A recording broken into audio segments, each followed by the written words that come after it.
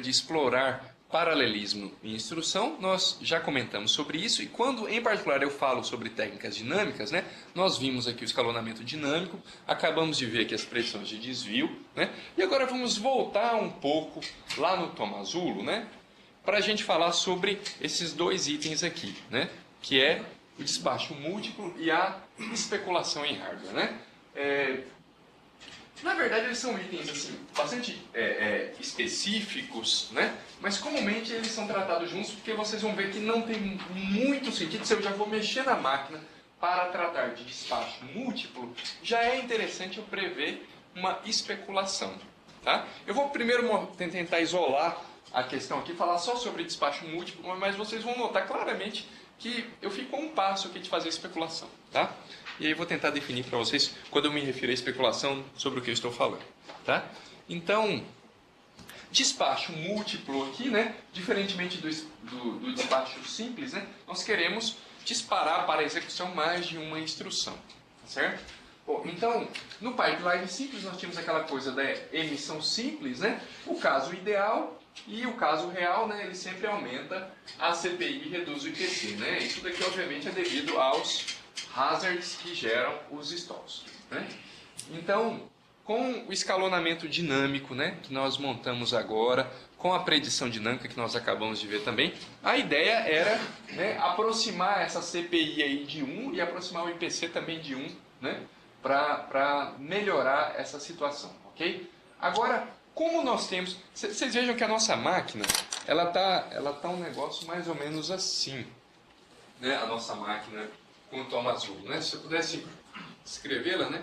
Eu busco uma instrução, eu tenho um canal bem limitado aqui, ó, que corresponde ao tamanho, né, de uma instrução, não é isso? Isso daqui persegue vários estágios, né? Ok? E chega num determinado ponto, então sei lá, IF, ID, II, não é isso? Aí daqui para frente eu faço tudo aqui, ó. Né? Eu abro aqui e coloco várias unidades funcionais. Né? Aqui eu ponho memória, aqui nós colocamos ADD sub, né? E aqui eu coloco muldiv, né? Mais ou menos assim que nós fizemos, ok? A ideia agora, pessoal, é tentar aumentar esse canal aqui, ó. Tá? Talvez não deixar na largura, né? Porque de fato a execução ela está explorando o comportamento dinâmico e a emissão ela ainda explora um pouco do estático, mas é tentar aumentar um pouco esse canal. Até porque, se a gente mantém isso muito fino no início, né, às vezes eu nunca consigo preencher efetivamente, né,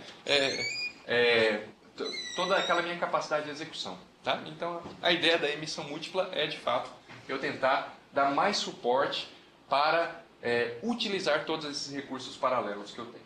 Tá? Então, um processador de despacho múltiplo, né, como está colocado aqui, né, ele despacha mais de uma instrução a cada ciclo de clock, a gente chama isso de múltiplo issue, tá certo? E, obviamente, ele possui múltiplas unidades funcionais, né? Obviamente, né? Isso daqui é a primeira coisa que a gente faz, a gente aumenta as unidades funcionais para executar em paralelo, né, fazer o paralelismo espacial, e agora a gente vai dando mais suporte a isso com o despacho múltiplo, ok? Então, indo um pouquinho para frente aqui, né? Quando nós falamos de despacho múltiplo, quando eu falava de máquinas VLW, né? E na verdade EPIC também, ambas exploram o escalonamento estático, né? Essas máquinas aqui já faziam despacho múltiplo. Na verdade, elas fazem busca, né, de várias instruções, né? E despacho múltiplo, a execução múltipla, né? E o compilador, como a gente já sabe, é o grande responsável por fazer todo o controle entre essas instruções, né? Seja usando uma instrução longa, né, o caso de VLW, ou seja usando um pacote de instruções, como é o caso das máquinas que exploram essa técnica de EPIC. Né?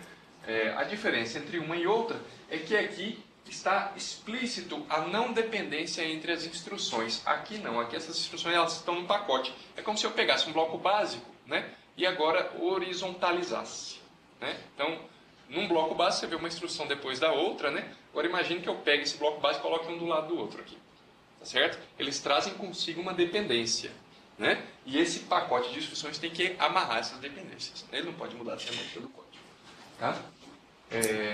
A máquina o Itanium, tá? Ok? deixa eu ver aqui, deixa eu dar alguns exemplos aqui, tá certo? O Intel Itanium, tá? Ele é EPIC com, se eu não estou errado, 3 instruções por 3, eles chamam de operações por instruction package, por pacote de instruções, tá? Isso daqui, ok?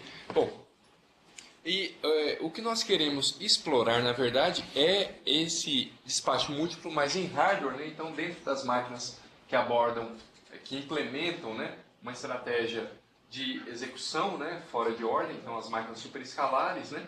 Então, eu vou despachar mais de uma instrução por ciclo, né? Então, o hardware encontra as instruções para despachar simultaneamente, né? E eu faço um escalonamento dinâmico lá para manter a consistência da execução, né? Não errar, né? Ou passar uma instrução que depende da outra aí, numa ordem equivocada, tá certo? Bom, então até aqui, pessoal, quando nós falamos de um processador superescalar N-issue, até esse momento aqui, né? Nós vamos fazer a busca de até N instruções, né? Da unidade de busca de instruções, ok? A cada ciclo, né? E o despacho, né, dessas instruções também vai ser maior que 1, ok? Nós chamamos aqui ainda de despacho em ordem, porque foi do jeito que eu busquei, né? Do jeito que eu busquei, eu vou despachar, tá? Não vou despachar eles, né, trocando a ordem depois da busca, tá? E nesse despacho em ordem aqui, vocês lembram que quando eu falo de despacho em ordem, é o momento que eu vou realmente tirar da fila de instruções e colocar nas estações de reserva, né? Então eu vou fazer checagem de conflitos, né? Essas instruções que eu vou disparar aqui, elas podem ter dependência entre elas, né? Então eu tenho que checar conflitos, né? Para verificar se não há nenhuma dependência, né? E não só entre elas, mas obviamente mantendo a consistência com o que já existia, né? Entre essas instruções e outras que já estão em execução, porque isso na verdade a máquina já fazia, né? Então a ideia é que nós vamos despachar a cada ciclo, né, até N instruções, por isso que é chamado de N-issue, né, para as estações de reserva, né, obviamente, né, mantendo também a consistência, né, dos stalls, né? Então, obviamente, eu só despacho se tem estação de reserva disponível, ok? A execução continua sendo fora de ordem pelo algoritmo Tomasulo, conforme nós já vimos, tá? Então, nós temos esse caso aqui, tá? Apenas como exemplo, tá certo? Então, o que nós faremos, pessoal, se nós pensarmos aqui numa máquina que faz uma emissão dupla de instruções, né? O que nós vamos fazer é que, originalmente, se eu pegasse esse código aqui, tá certo? Eu iria disparar o load, no próximo ciclo o add, depois o store, não é isso? Considerando aqui que a minha máquina Tomasulo dá suporte a execução de todas essas, eu ia disparar uma após a outra. O que nós faremos agora é, num primeiro ciclo, né? Eu despacho o load e o add. Tá? Num segundo ciclo, eu despacho o store. Deixa eu baixar aqui o store e o ADDI. Mesmo tendo uma dependência verdadeira dele, mesmo tendo. Né? E no último ciclo, o BNE. Né? Porque não tem mais ninguém aqui para sair com BNE. Tá? Vocês vejam, né, que isso daqui ainda não fica legalzinho de tudo, né? Porque você veja que o BNE aqui ele teve que enviar sozinho, né? E ele enviaria sozinho, mesmo que eu colocasse aqui explicitamente para vocês outras instruções. De fato, essas outras instruções existem, né? Mas ele enviaria o BNE sozinho, porque neste momento aqui, se ele colocasse outra instrução junto com o BNE, ele estaria fazendo uma especulação. Né? Porque ele estaria buscando uma instrução que ele não sabe de fato se vai ser executada. Né? Ele estaria confiando aqui na predição, porque na verdade tem um negócio muito curioso, né? Porque se essa máquina aqui, se ela está fazendo a predição de desvios, talvez essa instrução que está atrás do BNE aqui, ela está sendo predita, né? Ou prevista, melhor dizendo. Né? Se eu emitir essa daqui, eu vou jogar essa predição lá para execução. Ok? Mas e se ele tiver delay branch? Oi? E se ele tiver o delay de branch, um slot 1 ali, que ele sempre vai fazer? Aí não é especulação? Bom, aí você está falando da situação em que o compilador resolveu esse problema. Não estou resolvendo o problema mais em hardware. Não, Tá vocês falando dão um no slot, caso né? do pipeline normal que tem um delay branch. Não, eu sei. Porque Mas aí o compilador, a máquina não deu suporte a install. Né? Né? Então, aí nesse caso, obviamente, ele poderia emitir porque ela sempre seria válida. Né? Tá. Ela sempre Aí seria é o caso válida. do compilador, então. Né? É. Então, nessa abordagem, aí de fato, software, né? ela não seria especulada. Entendi. Né? Não seria, né? Não seria. Né? Então, na verdade, o que eu quero dizer aqui é que esse cara está indo sozinho, porque eu estou considerando que essa máquina aqui, abaixo desse cara, né, não é uma instrução ainda garantida. Né? É uma instrução que eu posso anular. Tá certo? Então fica assim um pouquinho torto, né? Porque ele manda as duas, aí aqui agora ele não pode mandar a outra com BNE, né? A não ser que esse outro estivesse aqui atrás, né? Ou na frente, melhor dizendo. Então o BNE fica sozinho, né?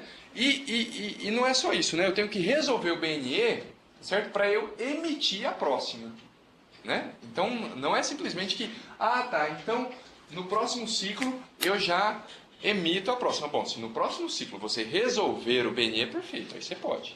Tá? Agora, se você não resolver o BNE, não pode não. Se o BNE ficar travado, né? Ficar em install, ok. A instrução que está atrás aqui, tá certo? Ela fica em install também. Tá? Por uma razão óbvia, né? Porque ela foi prevista, né? Então, olha o que acontece. Ó, antes de resolver o desvio, né? As instruções que seguem o desvio, elas são buscadas, tá certo? Bom, aqui está dizendo que elas são buscadas e despachadas, né? Mas não podem ser executadas. Essa situação aqui, despachada, é que ele entra na fila de instruções, né? De fato, ele não pode ir para a execução de forma alguma, né? Acho que isso talvez apareça lá no estágio II, né? Mas ela não vai aparecer dentro do estágio de execução, tá? Ela não vai aparecer dentro do estágio de execução, é isso que vai aparecer aqui. Bom, deixa eu mostrar isso para vocês na forma da tabela, acho que vai ficar melhor. Então vejamos aqui. Aqui. Tá. Bom, antes de... Então, aqui é só para dar uns parâmetrozinhos para vocês, para a gente acompanhar a execução desse mesmo grupinho de instruções aqui, ó, ao longo do tempo, tá? Então eu tenho o estágio IF, né? Como nós já sabemos o comportamento do IF, aqui nos slides eu vou mostrar o comportamento direto a partir do II, tá certo? Então é uma emissão em ordem de 2 instruções, tá certo? Considerando que o desvio vai ser disparado sozinho, né? Ele não vai ser disparado com a próxima instrução, tá?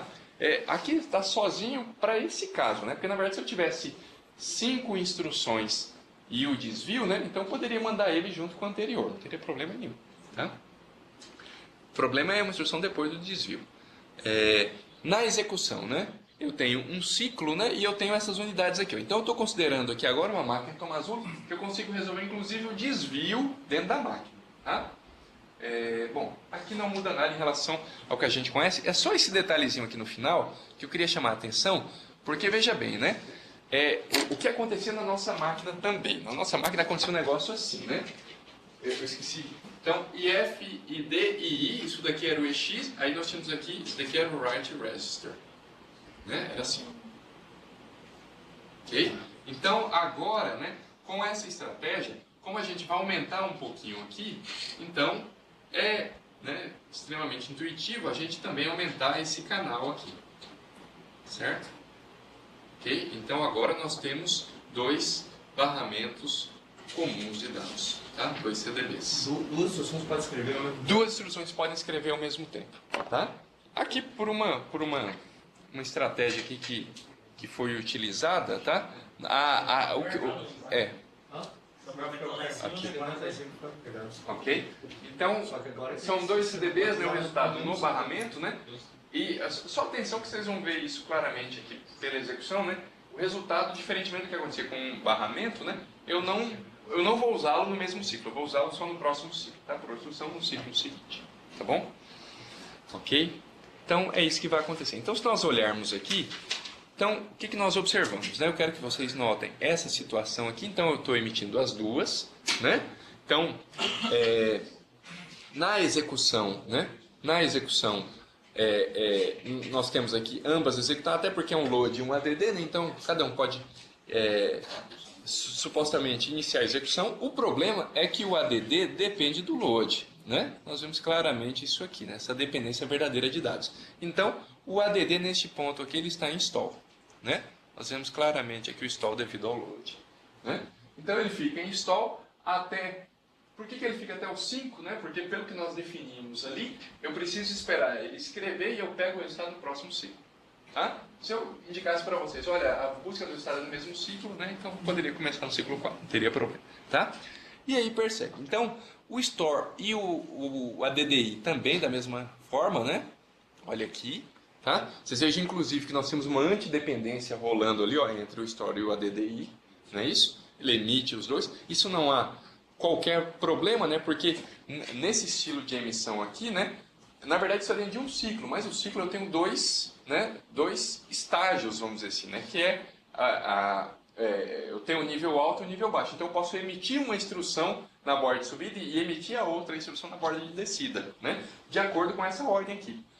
Em termos de ciclo, aparecem as duas no mesmo ciclo, tá? Mas uma sai na frente da outra, até porque para a gente não ter nenhuma situação de problemática, né, em torno de coisas como essa daqui, tá vendo? Esse R1 aqui é do banco de registradores, né?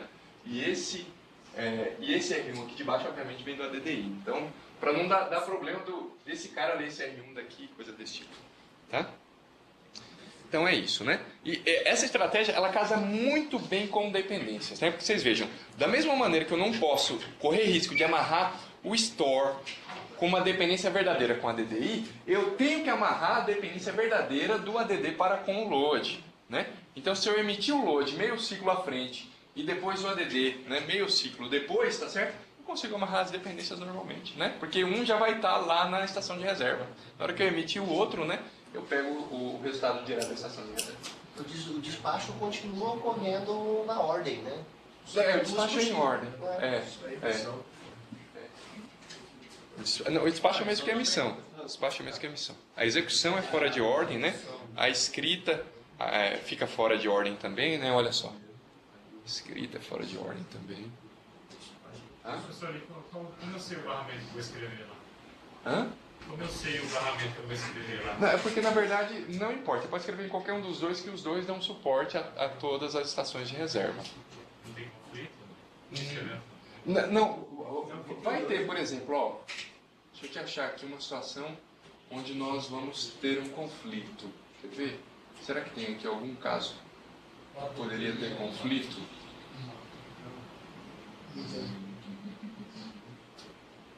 Queria achar um caso aqui que a gente gerasse um conflito e eu seria forçado a atrasá-lo.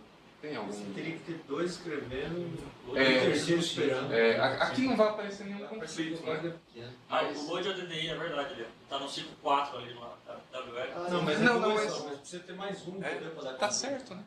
É porque eu queria mostrar uma situação onde esse cara tentasse escrever, alguém que tentasse escrever no ciclo 4, por exemplo, né? E não poderia, então ele teria que esperar. Isso tecnicamente, né? É fácil, porque você escuta um árbitro de barramento, você tenta em um, não tá disponível. Tenta no outro, não está disponível. O DNA. Ok? Bom, aqui, né? Então, esse caso aqui, vocês vejam bem o caso do BNE, né? Deixa eu retratá-lo aqui. Então ele vai sozinho, conforme nós já falamos, né? Ele não entra em execução porque ele depende do ADDI, né? Do ciclo de cima.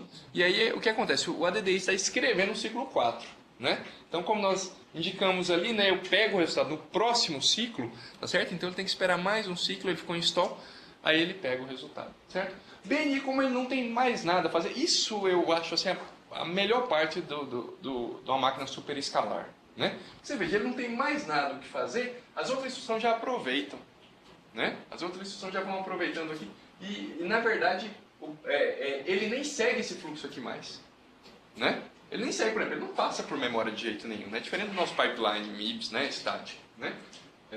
E assim por diante, né? Ele nem aborda o barramento para precisar escrever nem nada. Essa execução foi... Ele realmente, de fato, ele só usa isso e isso, acabou, né? Se fosse o pipeline MIPS, a gente sabe que ele ia passar por tudo isso, ok? O ADD da segunda iteração e o load da terceira não dá conflito do write and write por causa do wait from the loop? Não podemos escrever no R2 no mesmo ciclo. Não. Chega na história. De fato eles vão escrever, mas, por exemplo... Ok? O load vai carregar no R2, né? E o ADD vai escrever no R2, mesmo no ciclo. Certo. Aí o tomador resolve o conflito. Não, mas não vai escrever no mesmo ciclo, não. Vai Falar ser que o 11, load do ADD é diferente. Mas olha lá, 11, olha lá. Olha lá, 11. 11 lá, cara. Que ele tava esperando. Vai resolver pra mim nessa administrador isso aí, né? Porque o load foi baixado por último, então ele vai denominar lá. É só ele que vai escrever no ter R2. referência. Né? Só ele que vai escrever. Aí você fala, mas... Você veja, como... É porque o segredo todo é da emissão em ordem, né? Porque como ele emite em ordem, esse carinha aqui, ó, que está precisando do R2 do ADD e não do load, né? Nós garantimos aqui pela emissão em ordem que ele vai pegar exatamente do ADD. Não vai ter problema quanto a isso. Professor, esse código foi desenrolado? Não. Mas Não ele foi tá desenrolado. assumindo que sempre foi tomado desvio. É.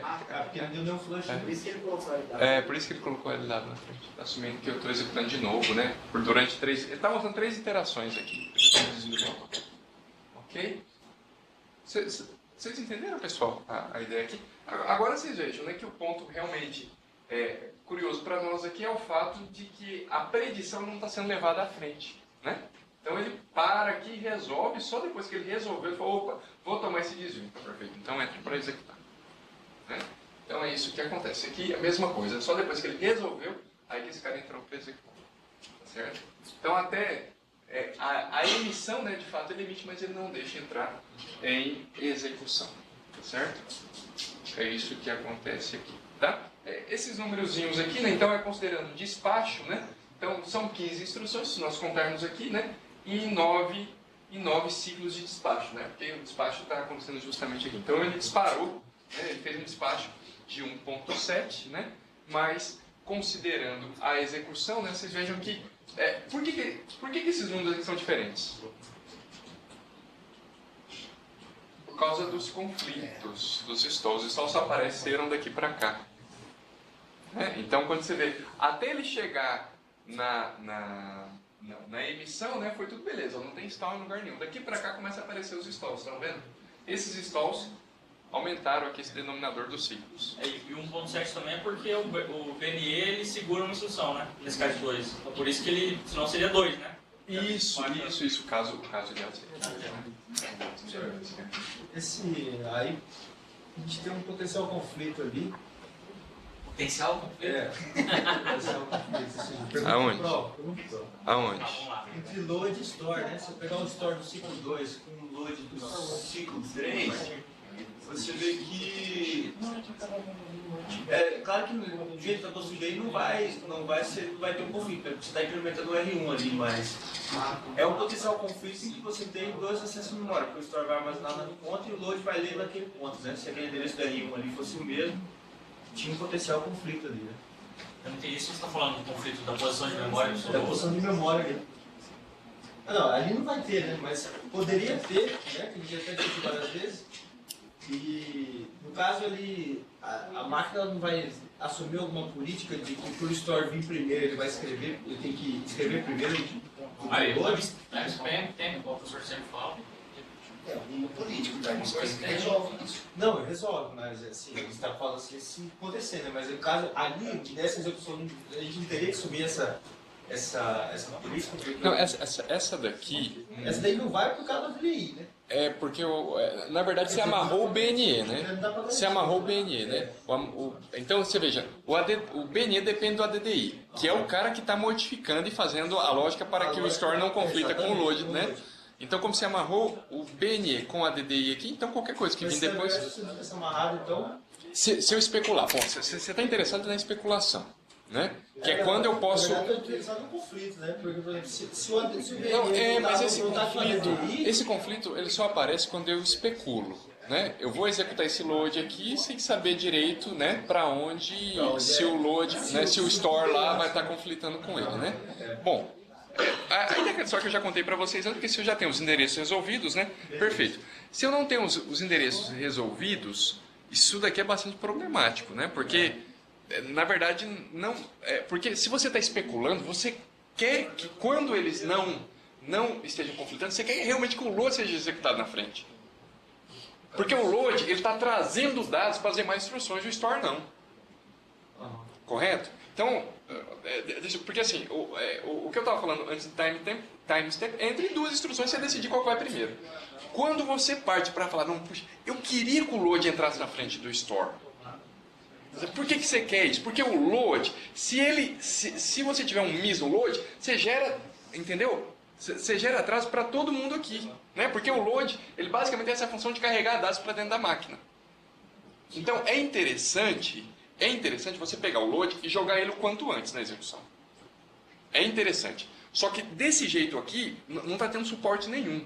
Porque geralmente, quando a gente parte por uma especulação load store, né, que é isso que você está falando no final das contas, olha, eu quero ter a possibilidade de executar o load antes desse store. Tá certo? Pode fazer isso, professor? Pode, Por exemplo, pode. Mas o store, se o store vai no R2 e o load logo em seguida vai carregar no R2 e elas se forçam ao mesmo tempo, o store tem que gravar primeiro. Esse é o problema. Esse é o Não, problema. não acontece na lousa. Não vai acontecer aí. Mas eu sei que não acontece. Problema, Eu sei que não acontece. Assim, é claro que você quer ir primeiro, mas nesse caso aí, teoricamente, a minha explicação seria, não, executa o store primeiro. Mas eu não trabalho com especulação. Não, especulação entre aspas, assim. A execução seria o store tem que ser o primeiro. Não, nesse caso aqui, né? Bom, esse caso aqui tem uma problemática, mas que eu não poderia de qualquer maneira. Veja, esse caso aqui não teria condições alguma de eu executar esse load na frente do store, porque eu transformaria uma dependência WR numa RAW. Isso não posso fazer. Né? Porque isso é princípio, né, de execução. Mas ele foi. Não foi. Não foi. Não é que Ele foi, pelo ciclo ele foi, ó. Ah, o store você escreve na memória no ciclo 12, cara. Não, já tá resolvido, não, né? Felipe, mas esse cara aqui já leu, ó. Esse cara já leu porque ele foi emitido antes. Não, sim. Ele já foi emitido. Para ter problema aqui, Felipe, Não, aí, você aí, tem que ter um... Eu tenho que aí não tem problema. Mas ele não tem problema, assim, é pelo princípio da emissão. Eu emito esse cara antes desse. Né? Então nunca vai dar problema. Eu estou falando só com R2, né? Estou falando só com R2. Né? Porque depois eu ia explorar esse negócio aqui, ó. Porque isso aqui é outra fonte de problema. Ah, tá. Então, por essa escrita, o R... Ah, tá certo. Ok? O R2 não vai ter problema. Por aqui, pelo R2 nunca vai dar problema, porque o R2 você vai emitir primeiro. Vai emitir primeiro, não. Ok? Beleza. Tá certo? Agora imagine que aqui fosse R4. Tá certo? Aí você vai ter problema de endereço, né? Ok? Tá, tudo bem. Aí... Eu lembro da fase de execução, você tem duas, você pode ter duas unidades funcionais para memória. Não, só tem uma. Só tem uma. Só tem uma. Só tem uma. Na verdade, duas possibilidades. O primeiro do R2, né? Porque daí isso ele vai configurando como azul, e tem o do R1, né? Daí se o endereço fosse o mesmo. Mas aí, aí seria seria stage da fila. Mas aí é como você está classificando, né? Entendeu? Porque assim, eu quero chegar para discutir bem esse problema aqui, você pode ficar despreocupado, porque nunca vai acontecer. Né? Não, esse daqui não, ele jamais pode fazer isso, nem de qualquer jeito, em qualquer situação, não existe, porque ele está quebrando a semântica do código. Né? Agora imagine que aqui é R4, né? E aí eu especulo, esse caso aqui ele é muito trivial, então fica difícil até exemplificar, mas um outro caso qualquer que fosse um R4, um R9, né? Eu especulo que esse cara aqui, esse endereço é diferente desse. Tá certo? Então, para mim, é interessante mover esse load para cá. Porque esse load, ele está gerando dependência para todo mundo aqui embaixo. Entendi. Entendeu? Aí esse caso aqui...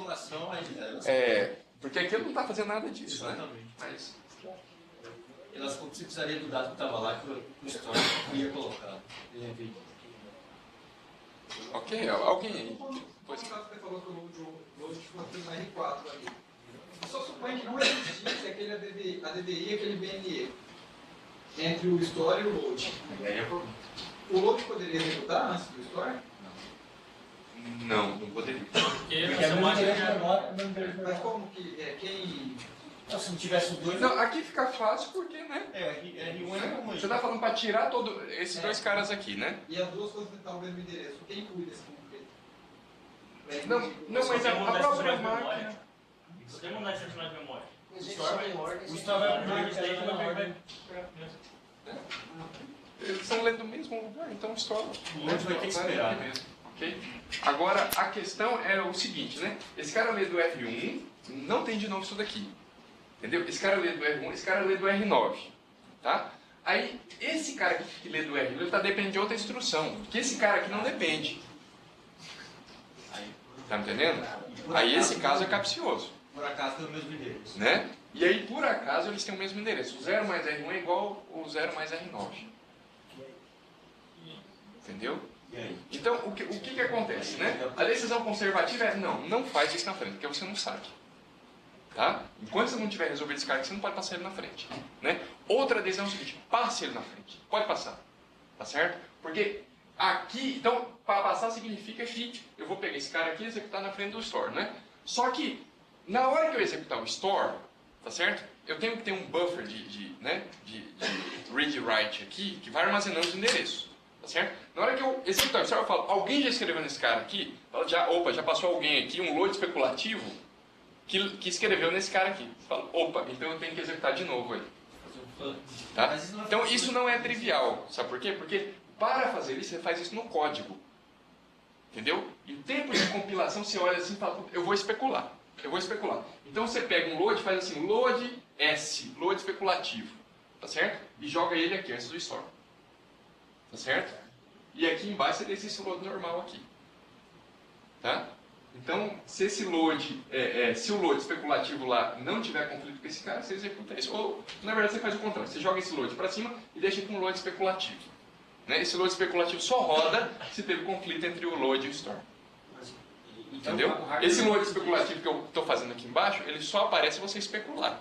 Né? Se você nunca especular, ele nunca vai aparecer aqui. Entendeu? O hardware não pode fazer isso, professor. É o compilador. Pelo compilador. Pelo compilador. Então por isso que esse é o máquina pedindo. Pelo compilador. Porque esse é um caso que você tem que refazer, Em né? tempo de execução, assim, você vai saber o que está acontecendo. Só em termos de execução que eu vou saber. Só em termos de execução que eu vou saber. Ok? Tudo bem? Ok? Então vamos lá. Ok? Bom, então é isso, né? Acho que espero que vocês tenham entendido, né? Esse slide aqui ele é bem simplista, ele é só a utilização dos recursos. Né? Vocês vejam que nessa estratégia, né, à medida que a gente vai rodando aqui, a gente chega em situações, né, onde há bastante utilização de recurso. Né? À medida que a gente vai entrando nos estágios, né? Olha aqui, ó, né? Tem 4, né, unidades aqui, não é isso? Usando os recursos, né? Alguém lá no barramento, outro aqui na memória, outro calculando o endereço, o outro na ALU de inteiros, né? Então, isso daqui na verdade você faz um unrolling dinâmico, né? Uma espécie de unrolling dinâmico, tá certo? Bom, e aqui vocês estão vendo o ciclo, né? No ciclo 10 está acontecendo isso, né? Isso que é interessante, ó. Você sobrepõe... Eu quero que você entenda por que eu falo unrolling dinâmico, né? Porque no ciclo 10 eu estou executando a iteração 2 e a iteração 3. Né? A gente vê isso claramente aqui em vários pontos, né?